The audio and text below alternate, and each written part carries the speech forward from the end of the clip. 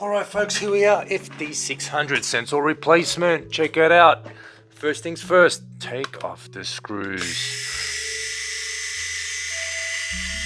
Just take them off folks, make sure you have your sensor and make sure it's ready to pop into this guy.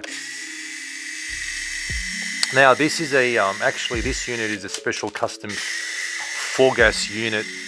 Hydrogen sulfide, methane, carbon dioxide, and hydrogen. It's a special unit, folks. This is a non-standard unit. We made this specially for a special customer in the power generation business.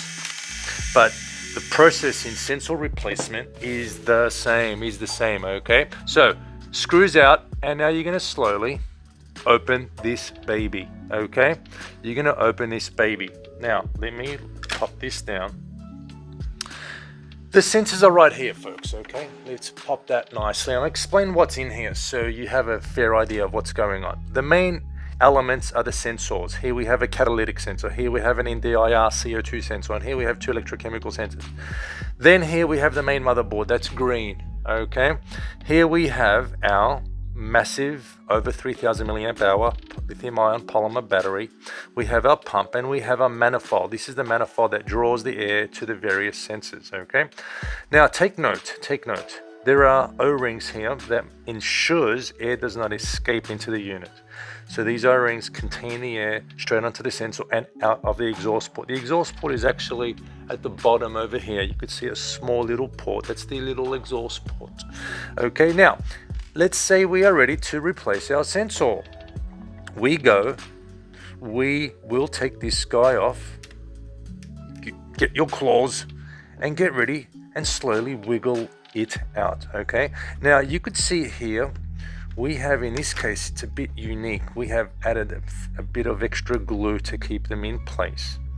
But this is a special sensor. Actually, this is a unique sensor. It's a hydrogen sulfide sensor, but your sensor will be very similar. It's an electrochemical sensor, it has 3 pins, and it's arranged in such a way where no goofball can come and place it wrongly. So that's the beauty of these sensors. You don't have to panic or you don't have to worry, have anxiety. You just get the replacement sensor, exactly the same sensor, folks. We need the same sensor in the same location, and you're gonna get your new sensor and you're gonna put it back in, just like that, folks. Pretty simple. Now when you're ready to put this back, make sure the O-rings are there, okay? Be attentive, make sure you're not gonna smash up any wires, and then check the seam here, make sure you haven't caught anything that you should not have, and it's ready to go. Now you're gonna pop in the screws and you're done.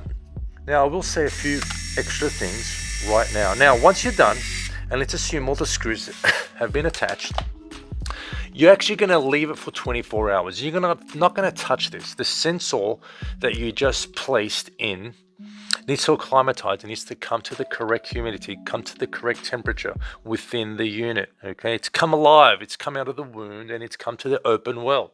So we do not want to calibrate immediately. Do not want to do that, okay? Leave it in there for 24 hours. Come back the next day and then undertake a technical calibration. You're going to zero the unit, then you're going to perform the span calibration. Look at the videos on how to calibrate this guy. It's called the technical calibration. It's in our library. Do the keyword search or go to our website, forensicsdetectors.com, and click on calibration. Scroll down on the page and find the FD-600 to see the calibration tutorial.